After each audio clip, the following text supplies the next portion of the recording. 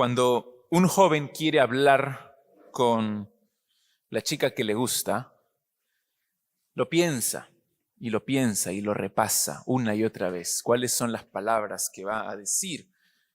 Cuando alguno se presenta a una entrevista de trabajo, se viste de la mejor forma y muestra firmeza, muestra carisma en sus respuestas. Cuando alguien es miembro de la iglesia, también pone su rostro más piadoso el día domingo cuando está con los hermanos. Es que queremos siempre causar una buena impresión. Siempre queremos causar una buena impresión.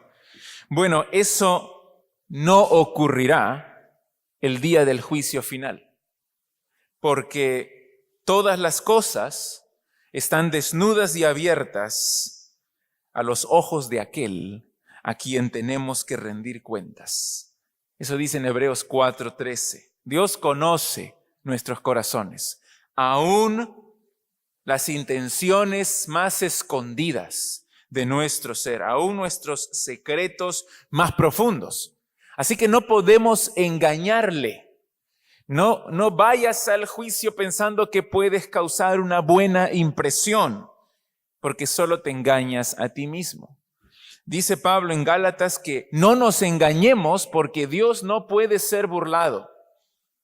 Esa verdad solemne nos enseña que en el momento que nosotros juzguemos nuestros pecados, debemos hacerlo a la luz del carácter de Dios, a la luz de la palabra de Dios, no comparándonos con otros, sino comparándonos con Dios, sin hipocresías, porque Él es luz, nada hay encubierto en su presencia.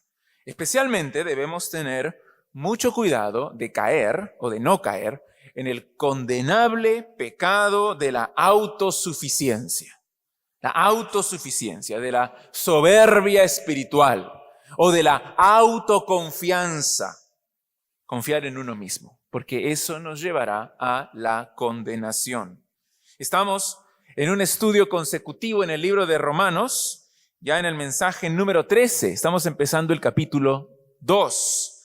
Durante varias semanas hemos hablado de la ira de Dios. Hemos hablado de la depravación del ser humano, del justo juicio de Dios. Son temas que nos humillan, nos confrontan, nos perturban, tal vez hasta nos incomodan un poco, pero son tan claros en el texto que no podemos evadirlos. En el capítulo 1 de Romanos, los versículos del 18 al 32, Pablo ha acusado a los gentiles. Ha acusado a los paganos de rechazar la verdad de Dios, de ser idólatras, de cambiar al Dios incorruptible por imagen de hombre corruptible, de cuadrúpedos, de aves y hasta de reptiles. Se enfrascaron y cayeron en la idolatría. En el versículo 28 dice que ellos no aprobaron tener en cuenta a Dios y por lo tanto Dios los entregó a una mente reprobada para hacer cosas que no convienen. Y la lista de esos pecados, de esas cosas que no convienen y que merecen la muerte eterna, están en los versículos del 29 al 31. La semana pasada repasamos esa lista de pecados. Pero a partir del capítulo 2 aparece un nuevo personaje. Lo notamos porque Pablo cambia el pronombre. Él está hablando en los versículos 29, 30 y 31 de ellos, de los paganos. Ellos que son murmuradores, aborrecedores de Dios, desobedientes a los padres, injuriosos, ellos. Pero aquí en el capítulo 2, desde el versículo 1, cambia el pronombre a la segunda persona singular que es tú. Le está hablando a alguien, a un tú, que tenemos que ver quién es. Observa en Romanos capítulo 2, el versículo 1. Romanos 2, 1 dice, por lo cual eres inexcusable, oh hombre, quien quiera que seas tú, que juzgas. ¿Quién es este tú? El versículo 3 también. Y piensas esto, oh hombre, tú que juzgas a los que tal hacen y haces lo mismo. Y el versículo 5, pero por tu dureza y por tu corazón no arrepentido atesoras para ti mismo ira, para el día de la ira y de la revelación del justo juicio de Dios. Pablo aquí no se está dirigiendo a todos sus lectores porque usaría el pronombre singular ustedes, pero no les habla a ustedes, sino le habla a un tú. ¿Y quién es ese tú? Es un interlocutor imaginario en el debate. Esto es un recurso muy usado en la antigüedad. Es un recurso literario de la retórica para presentar un argumento. Pablo levanta a un personaje imaginario, lo acusa, conversa con él, debate con él, incluso se imagina las preguntas que él le haría y luego él responde.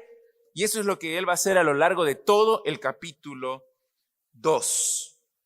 Casi podemos imaginar a esta persona en un rincón, asintiendo a todo lo que Pablo dice, porque Pablo ha dicho al final del capítulo 1 que estos hombres paganos, incrédulos, idólatras, han entendido el juicio de Dios, que los que practican tales cosas son dignos de muerte, y no solamente las hacen, sino que se complacen con aquellos que las practican. Y vemos a esta persona en el rincón y asintiendo y diciendo, amén, Pablo, muy bien. ¿Cómo estás acusando a estos paganos porque son perros gentiles? Pero en el versículo 1, Pablo voltea hacia él y le dice, tú que juzgas, haces lo mismo. Y por lo tanto eres inexcusable. ¿Quién es este personaje imaginario? Bueno, es alguien que juzga a los demás porque se cree mejor que ellos. Es moral, es justo a sus propios ojos. Sin embargo, también está bajo la ira de Dios porque hace las mismas cosas. Definitivamente es un hipócrita. Es un hipócrita. Algunos creen que Pablo está hablando aquí de los religiosos en general. Sin embargo, el contexto nos da pistas que nos indican más bien que está hablando no de los religiosos en general, sino de los judíos en particular, los judíos incrédulos. En el versículo 17 del capítulo 2 ya lo dice claramente. 2:17. He aquí, tú tienes el sobrenombre de judío. Está hablando a los judíos religiosos, a los fariseos, a los que se creen mejores que los demás. Hipócritas. No es inmediatamente claro que Pablo se está dirigiendo a los judíos, porque en los primeros versículos no dice judío, dice, oh hombre, quien quiera que seas tú. En el versículo 3 también, oh hombre. Pero es que él va a ir descubriendo poco a poco. Y cuando tiene atrapados a los judíos en sus argumentos, les dice, ¿saben de quién estoy hablando? De ustedes.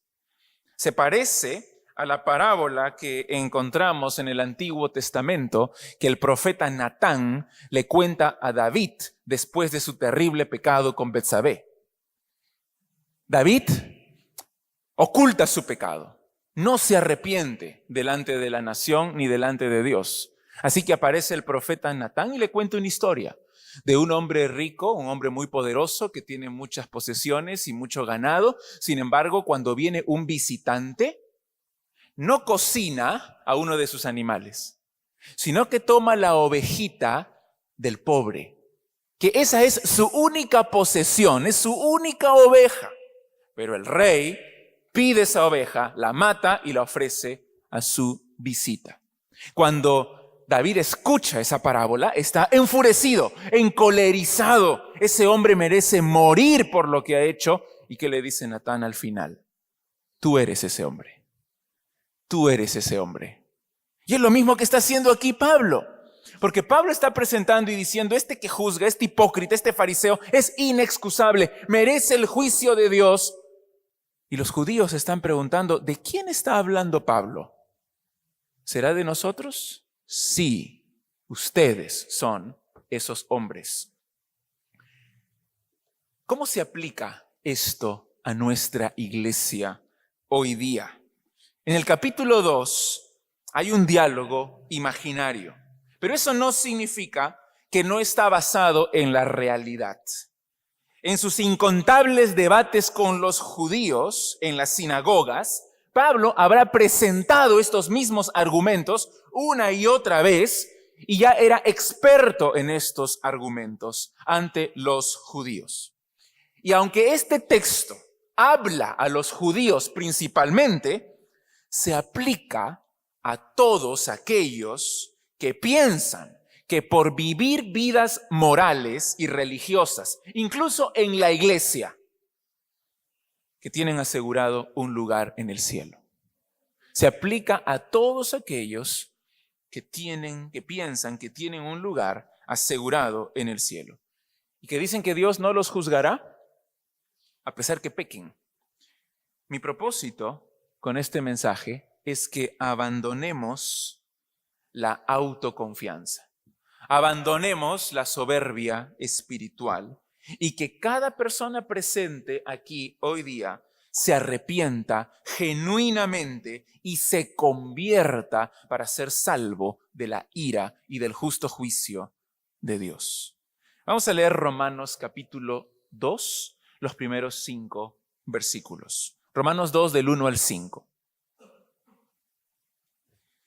Por lo cual eres inexcusable, oh hombre, quien quiera que seas tú que juzgas, pues en lo que juzgas a otro, te condenas a ti mismo, porque tú que juzgas, haces lo mismo. Mas sabemos que el juicio de Dios contra los que practican tales cosas es según verdad. ¿Y piensas esto, oh hombre, tú que juzgas a los que tal hacen y haces lo mismo, que tú escaparás del juicio de Dios? ¿O menosprecias las riquezas de su benignidad, paciencia y longanimidad, ignorando que su benignidad te guía al arrepentimiento?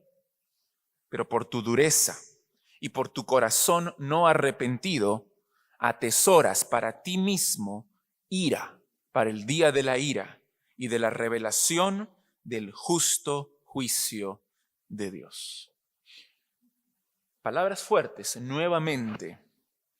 En primer lugar, si tú eres hipócrita, no escaparás del juicio de Dios. Para entender los primeros versículos del capítulo 2, necesitamos tener muy presente lo que Pablo dijo en los versículos finales del capítulo 1. Porque tú observa, versículo 1, que empieza con la frase, por lo cual. Por lo cual. Entonces tenemos que ver qué es lo que ha dicho antes. Este hombre es inexcusable por lo que dice en los versículos del 18 al 32 del capítulo 1. Es decir, como la ira de Dios, versículo 18, como la ira de Dios se revela desde el cielo ante toda impiedad e injusticia de los hombres, y todos son depravados, y toda la humanidad se ha apartado de Dios, por lo cual tú que juzgas a los demás, también eres inexcusable porque eres parte de la humanidad. Y toda la humanidad está en contra de Dios. Dios nos revela la pecaminosidad universal, la depravación total de la humanidad, por lo cual aquel que se erige en juez de otros es inexcusable porque él también es pecador y hace las mismas cosas. Aquí están incluidos entonces, entre la humanidad, en la humanidad depravada, están incluidos los moralistas, los religiosos, quien quiera que seas tú que juzgas, dice Pablo. Aunque en su mente de él está principalmente el judío, pero dice, quien quiera que seas tú que juzgas. ¿Te das cuenta lo que está diciendo Pablo? La palabra juzgar, ¿qué es lo que significa? ¿Cuál es el significado de juzgar? Bueno, tiene el sentido de condenar a otra persona. Así que en el momento de juzgar y condenar a otro por su conducta pecaminosa, me condeno a mí mismo. Sin embargo, aquí no termina. ¿Por qué aquel que juzga a los pecadores se condena a sí mismo? Porque él hace las mismas cosas. En otras palabras, es merecedor de la condenación de Dios por su hipocresía. Practica los mismos pecados por su ceguera espiritual, al no ver sus propias iniquidades, por creer que es moralmente superior a los demás y que tiene el derecho de juzgarlos cuando él practica lo mismo. Ahora, ¿cómo puede ser que personas que se consideran a sí mismos morales y que tienen un alto concepto de la ética y de la religión cometan los mismos pecados? ¿Cómo es posible que cometan los mismos pecados que tenemos en los versículos anteriores? Porque en los versículos del 21 al 32 habla de idolatría. ¿Los judíos eran idólatras? Habla de homosexualidad. ¿Los judíos eran homosexuales también? Y en los versículos finales habla de todo tipo de pecados. Lo cierto aquí es que aún los más morales, sin Cristo, aún los más religiosos, sin Cristo, tienen un corazón corrupto. Y eso se manifestará en diversos pecados. Pablo especifica en los versículos 21 al 24. Mira, Romanos 2, del 21 al 24. Hablando ahora sí claramente a los judíos, mira lo que les dice. Ellos son culpables ¿de qué? Versículo 21. Tú pues que enseñas a otro, ¿no te enseñas a ti mismo? Tú que predicas que no se ha de hurtar, ¿hurtas? Tú que dices que no se ha de adulterar, ¿adulteras? Tú que abominas de los ídolos, ¿cometes sacrilegio? Tú que te jactas de la ley, con infracción de la ley deshonras a Dios. Entonces, ¿qué dice de los judíos? Hurtan, blasfeman el nombre de Dios, desobedecen la ley de Dios, cometen adulterio. Son los mismos pecados de los paganos. La diferencia es que ellos se consideran muy buenos y esconden esos pecados, aparentan delante de los demás, son hipócritas. Así que estos pecados eran prevalentes, no solamente en la sociedad pagana, sino también en la sociedad judía, solo que en la sociedad judía estaban escondidos. A veces los que tienen más edad dicen: ¿cómo añoro mis tiempos? Porque en mis tiempos era mejor. No había esta rebeldía, no había este desenfreno, no había este descontrol. Antes era mejor. Sí, es verdad, antes era mejor. El corazón del ser humano siempre ha sido corrupto. Lo que podemos decir es que tal vez antes estaba más escondido, pero siempre ha habido maldad. Solo que algunos, fíjate lo que dice en Mateo 23, 28, como los fariseos, son hipócritas. Mateo 23, 28, si quieres entender lo que es el pecado de autoconfianza, lee todo Mateo 23.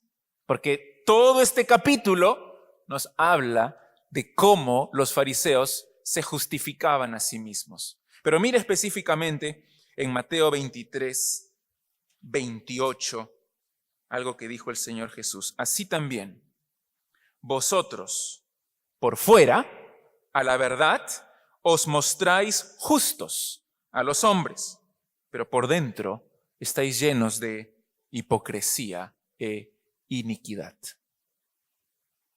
Esa era la sociedad judía en general. Por fuera parecen muy buenos, por dentro están llenos de iniquidad, de todos estos pecados. Como el fariseo de la parábola que contó Jesús. ¿Recuerdas el fariseo que decía: Dios, te doy gracias porque no soy como los otros hombres? Gracias porque no soy ladrón, injusto, adúltero, ni aún como este publicano que estaba a su costado. El publicano orando. ¿Y cómo oraba el publicano? Dios, sé propicio a mí, pecador. Y se golpeaba el pecho. Soy pecador, perdóname. Pero el otro, haciendo gala de su justicia propia, pensaba que era muy bueno. No solamente el fariseo decía: gracias Dios porque no soy como él, sino que también decía: ayuno 2 veces a la semana, doy diezmos de todo lo que gano. Es decir, hago muchas cosas buenas, muchas obras que obviamente me recomiendan delante de ti. Así que tienes que aceptarme. En pocas palabras, soy mejor que los demás. Pablo lo acusa directamente y le dice: no eres mejor que los demás, tú también eres pecador, inexcusable, condenado, merecedor de la ira de Dios. ¿Por qué? Porque haces lo mismo. ¿Te das cuenta del argumento de Pablo aquí? En primer lugar, la lógica de Pablo es la siguiente. Primero, tú juzgas a los otros. Segundo, tú haces lo mismo que ellos. Tercero, por lo tanto, te condenas a ti mismo. Y no tienes excusa delante de la ira de Dios. El juicio de Dios contra los que practican tales cosas es según verdad. Mira el versículo 2, Romanos 2:2. Sabemos. Cuando Pablo dice sabemos, ¿de quiénes está hablando? Bueno, se está incluyendo con los judíos porque él también es judío. Y le dice al pueblo de Israel: sabemos que el juicio de Dios contra los que practican tales cosas es según verdad. ¿Sabemos o no sabemos? Claro que sí, porque eso es lo que dicen todos los profetas del Antiguo Testamento. El juicio de Dios será terrible, será justo, será contra todos los incrédulos, contra todos los paganos, idólatras. Y todos los judíos decían: amén, así será el juicio de Dios, será según verdad.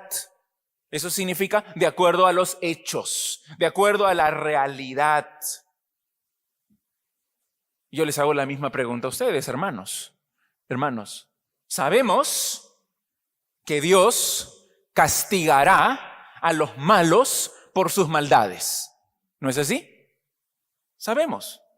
Sabemos que Dios castigará a los malos por sus maldades, porque es lo que dice la Biblia. Es un juicio justo, porque se conforma a la verdad de los hechos, a la verdad de lo que tú has dicho, a la verdad de tus pensamientos, de tus intenciones, porque Dios ve hasta las intenciones. Es interesante notar lo que está haciendo aquí Pablo. No sé si te has dado cuenta, pero ¿qué está haciendo Pablo? Pablo está juzgando. Pablo está juzgando a los gentiles y está juzgando a los judíos, pero eso no lo condena a Pablo. ¿Por qué? ¿Cuál es aquí el punto más importante? Nuevamente, lo que nos condena no es tanto juzgar con un juicio certero guiado por el Espíritu Santo, sino lo que nos condena es juzgar a otros cuando practicamos las mismas cosas que juzgamos en los demás.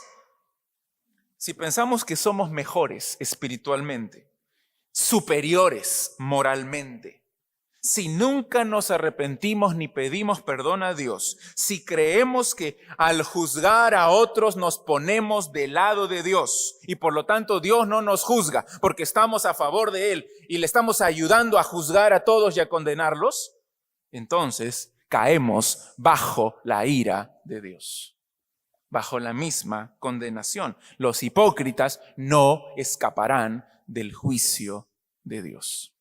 Es lo que dice este primer punto. En segundo lugar, si desprecias la bondad de Dios, no escaparás del juicio de Dios. Si desprecias la bondad de Dios, no escaparás del juicio de Dios. En el versículo 3, Pablo vuelve al ataque, vuelve a la confrontación. Porque el versículo 1 le dice, tú eres inexcusable. Versículo 2, bueno, hay algo que tenemos en común. Sabemos que el juicio de Dios es justo. Pero en el versículo 3 nuevamente, tú, ¿qué le dice? Piensas esto, oh hombre, tú que juzgas a los que tal hacen y haces lo mismo, que tú escaparás del juicio de Dios. Les hago la misma pregunta. ¿Piensas que si tú practicas el pecado, escaparás de la ira de Dios? Te estás engañando a ti mismo. ¿Piensas que puedes agradar a Dios juzgando a otros cuando tú haces lo mismo? No solo no lo puedes agradar a Dios, sino que no escaparás del juicio de Dios. Y si piensas lo contrario, solamente te estás engañando a ti mismo. Algunos corruptos, y eso lo podemos ver todos los días, algunos corruptos se escapan del juicio humano, pero absolutamente ninguno escapará del juicio divino, del juicio de Dios. En el versículo 4, Pablo intensifica su argumento porque hace otra pregunta, y es una pregunta más penetrante todavía, porque deja en evidencia los falsos argumentos de los judíos, porque ellos están pensando mal. Comienza con la palabra o, pero no les está dando una alternativa. Ese o simplemente intensifica lo que ya dijo antes. Es algo como, ¿o acaso menosprecias las riquezas de su benignidad, paciencia y longanimidad, ignorando que su benignidad te guía al arrepentimiento? Al pecar, igual que los gentiles, los judíos están despreciando, están menospreciando la bondad de Dios, la paciencia de Dios, la longanimidad de Dios. Esos tres términos son paralelos, son casi sinónimos. Se refieren a la misericordia, a la gracia, a la bondad, a la paciencia de Dios hacia los pecadores.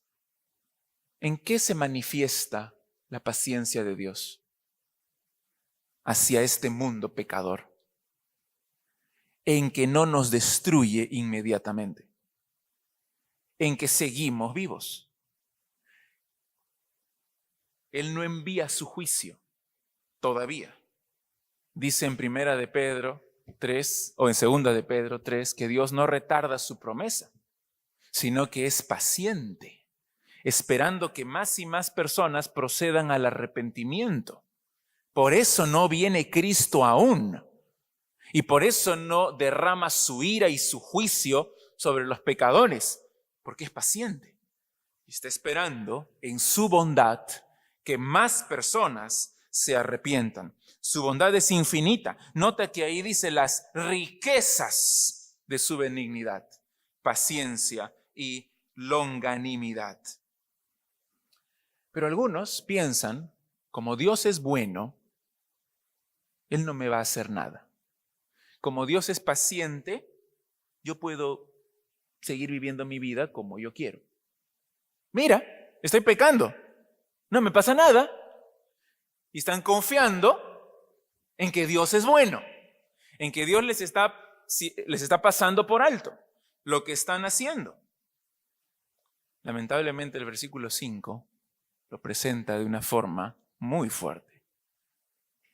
Claro, no te pasa nada ahorita, pero estás acumulando ira para el día de la ira de Dios.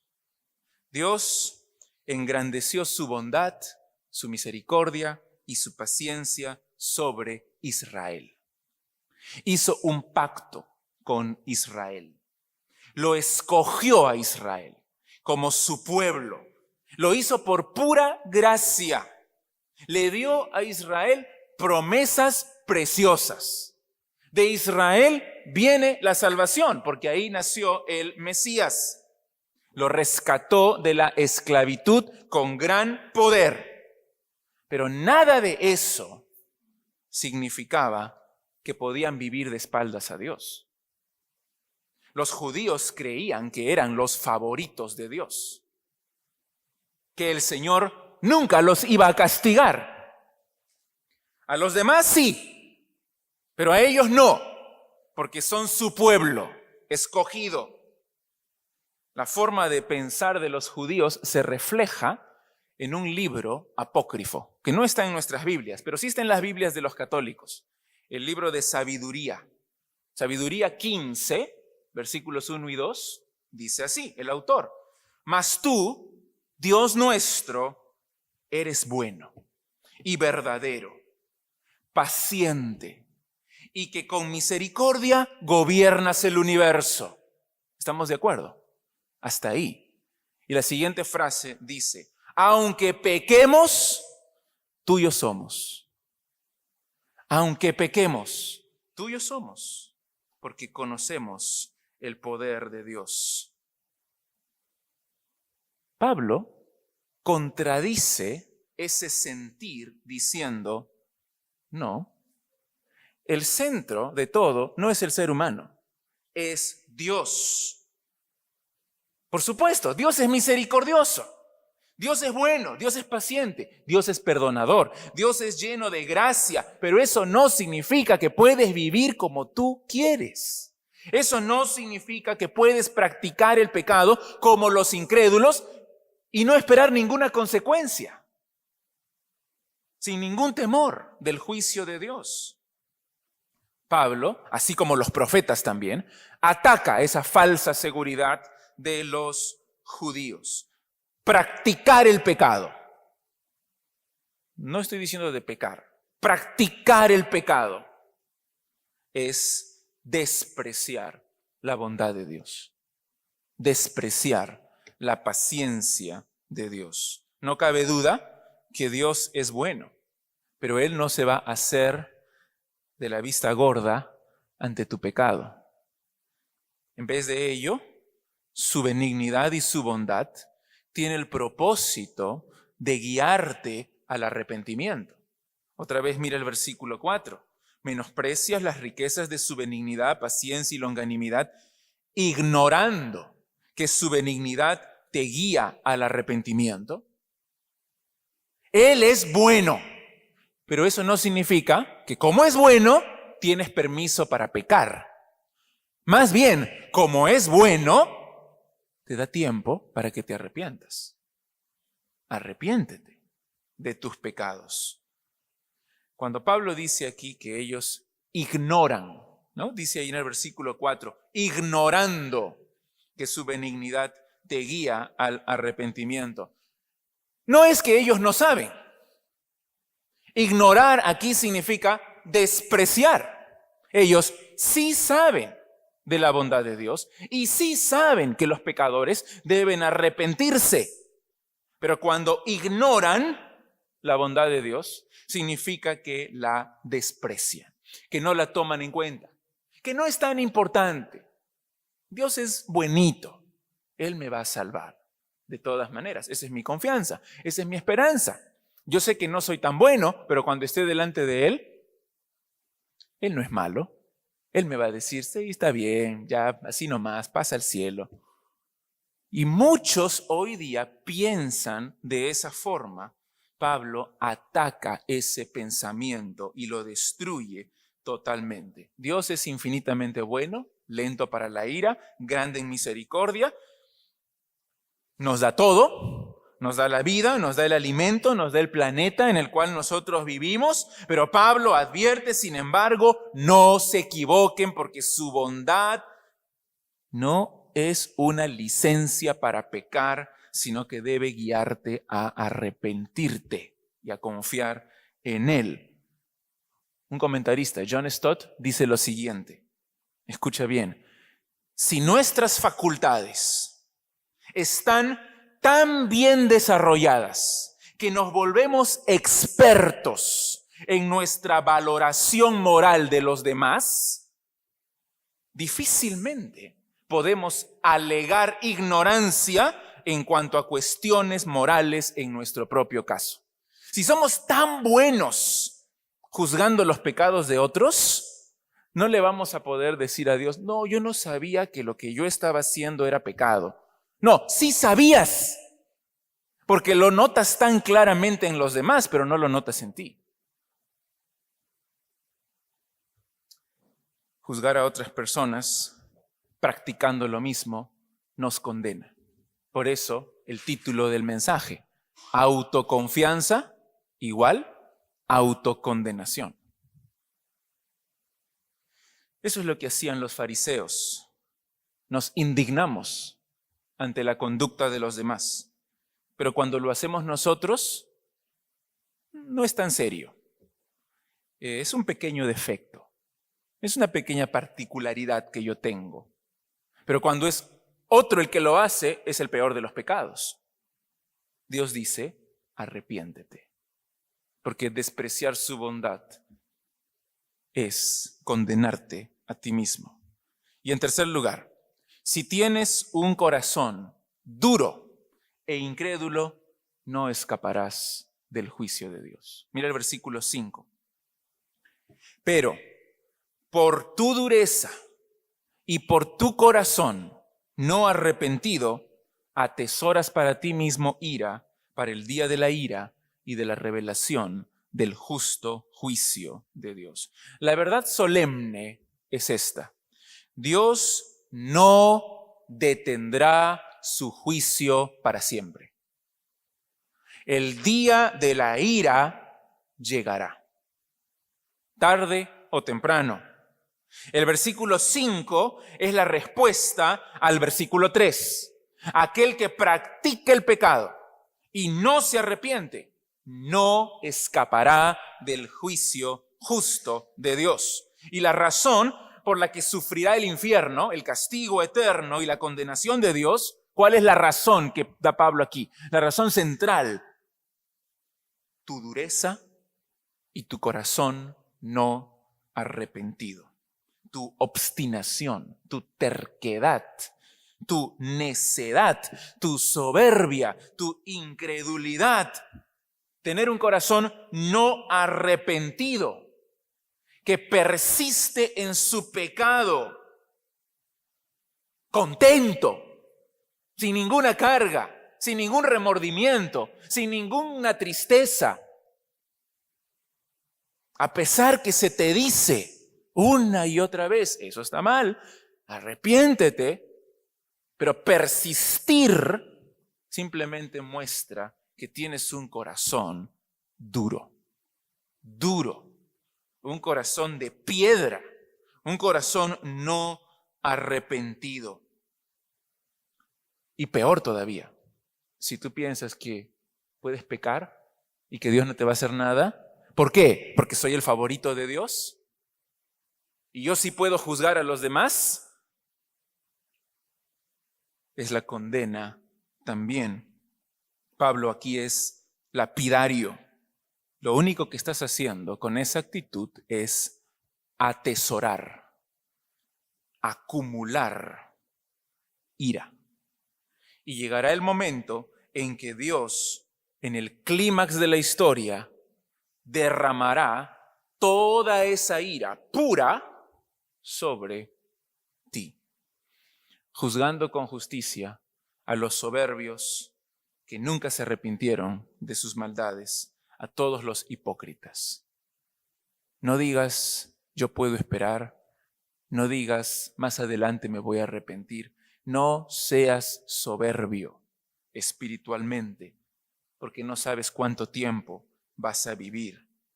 Dijo Jesús, muchos me dirán en aquel día, pero no hicimos obras y milagros en tu nombre. Y yo les responderé, apártense de mí. Nunca los conocí, hacedores de maldad. A pesar que estaban en la iglesia, a pesar que venían todos los domingos, a pesar que daban sus diezmos, a pesar que oraban, a pesar que hacían cosas en el nombre de Jesús, nunca los conocí. Muchos hoy cómodamente piensan que están seguros y como están seguros, viven su vida como les da la gana. Solo porque vienen a la iglesia o porque se bautizaron o porque hicieron una oración o porque son fieles en diezmar, piensan que ya están bien, que están bien con Dios. Como soy miembro de la iglesia, estoy bien con Dios, no me voy a condenar. Y cuando esté delante de Dios, le voy a decir, mira, acá está mi papel, ahí dice, miembro de la capilla de la roca. Déjame pasar al cielo. ¿Y qué va a decir Dios? Si estamos practicando el pecado, si ese es el hábito, el patrón de nuestras vidas, ¿qué dice Dios? Apártate de mí, nunca te conocí. Dice aquí que el juicio de Dios contra los que practican tales cosas. ¿Y cuáles son esas cosas? Ya las leímos al final del capítulo 1. O sea, mentirosos, iracundos, envidiosos, desobedientes a los padres, chismosos, insolentes, necios. El juicio contra tales personas es verdad, es cierto. No creas que escaparás si estás inmerso en esos pecados. Dios no está aquí repudiando a su pueblo para siempre. Simplemente está enfatizando que los judíos que no se han arrepentido, que no tienen a Cristo, y no solo los judíos, todos que tienen un corazón duro serán juzgados por Dios. Y lo que necesitan los judíos y todos en general es un nuevo corazón. Porque su corazón es duro, es de piedra. Necesitan un nuevo corazón que agrade a Dios. Un corazón que obedezca a Dios. Un corazón limpio, un corazón puro. Eso es algo que sabían los judíos. Mira que dice Jeremías 4:4. Jeremías 4:4.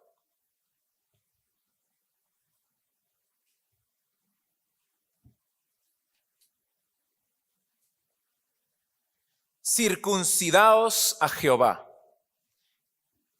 y quitad el prepucio de vuestro corazón, varones de Judá y moradores de Jerusalén. No sea que mi ira salga como fuego y se encienda y no haya quien la apague por la maldad de vuestras obras. Mi ira se derramará sobre ustedes si no circuncidan su corazón. Si no cambian ese corazón de piedra por un corazón de carne. Pablo lo sabía, todos los judíos lo sabían, aquí mismo en Romanos 2, el último versículo 29, Romanos 2:29 dice, sino que es judío el que lo es en lo interior. Y la circuncisión es la del corazón. En espíritu, no en letra, la alabanza del cual no viene de los hombres, sino de Dios. Tienes un corazón no arrepentido, un corazón duro. ¿Cuál es la solución? Un nuevo corazón.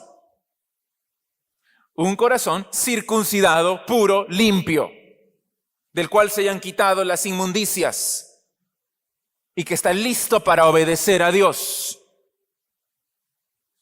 Entonces, su rebeldía es una evidencia clarísima que su corazón no ha sido circuncidado, que su corazón no ha sido transformado y no ha sido circuncidado porque no se han arrepentido y no han puesto su confianza en el Señor Jesucristo.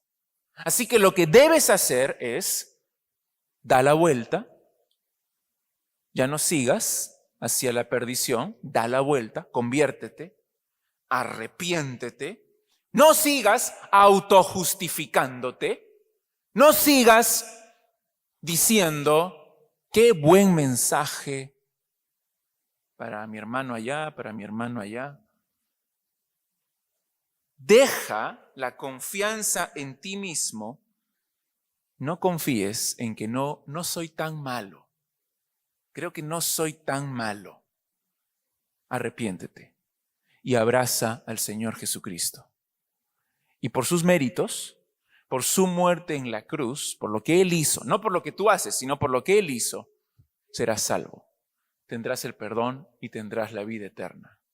Confía en el Señor. Vamos a inclinar nuestros rostros y cerrar nuestros ojos para orar.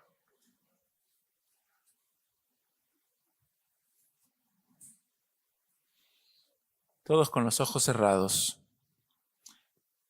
El justo juicio de la ira de Dios viene pronto. Cristo viene para reinar y viene para juzgar el pecado y viene pronto. ¿Cómo estamos? ¿En quién estamos confiando? ¿En nuestra propia justicia?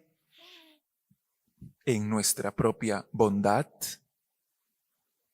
¿En que no somos tan malos? ¿O estamos confiando en los méritos de Cristo, entregándonos por completo a Él, arrepentidos, humillados, sabiendo que somos nada sin Él? Pero en Él tenemos justificación, santificación, salvación, sabiduría, gloria, si estamos en Él. Arrepiéntete de tus pecados, confía en el Señor Jesús.